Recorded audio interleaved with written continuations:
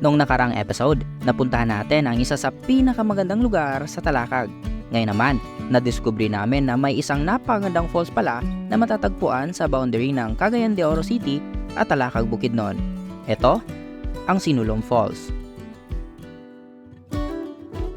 Kung titingnan sa mapa, ang entrance o receiving area ng mismong falls ay matatagpuan sa Barangay Tignapuluan, Cagayan de Oro City. Kaya naman upang marating ang lugar na ito, kagaya ng ginawa natin noong nakarang episode, sasakay tayo ng jeep mula sa Cagayan de Oro City Carmen Market. Pero sa pagkakataong ito, ang jeep na sasakay natin ay papuntang Tignapuluan naman.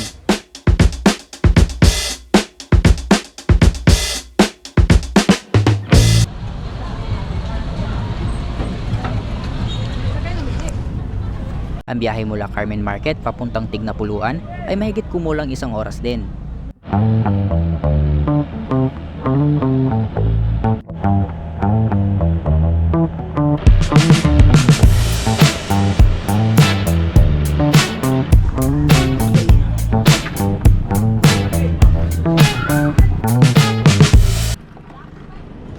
Pagdating natin sa Barangay Tignapuluan, sasakay naman tayo ng habal-habal papunta sa mismong entrance ng Sinulong Falls. Pero kunting ingat lang dahil medyo matarik ang daan papunta sa mismong falls. Dili, isod ang dalan ko. Dili, okay ang dalan natin. Oo.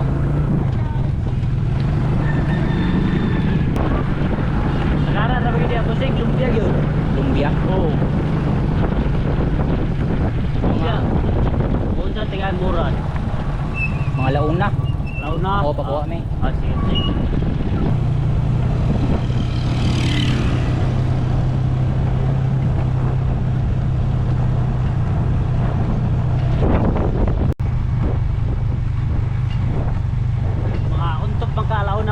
Oo, laon na. Mga kay mga alas 12 kapin, dire namin.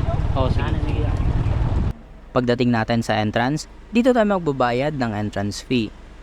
Asan nga area gusto mo bisita? Kuan lang sir, for picture lang. Susunod. Mga area mo gusto? Ha? Block area or one area only? Nay, difference sa iyahang entrance Yes sir? ma'am. If one area lang ang piliun, 110.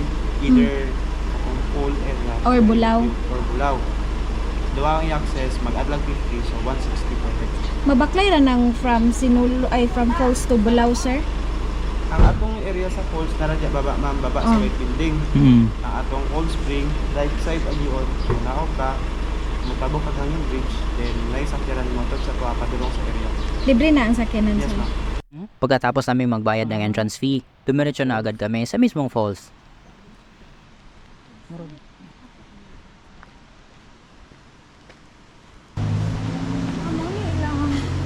man yung mag-accommodation, no?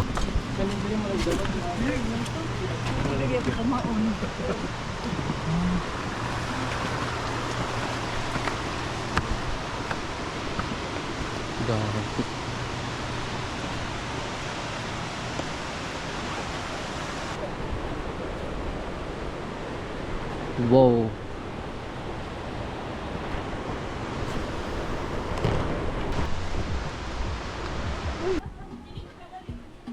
Ang lugar na ito ay marami pang pwedeng i-offer. Mula sa accommodations, cottages, swimming pools, pagkain at marami pang iba. At siya nga pala, malapit lang din ang Sinulong Falls sa Bulaw Cold Spring, isa sa mga pinagmamalaki din sa lugar.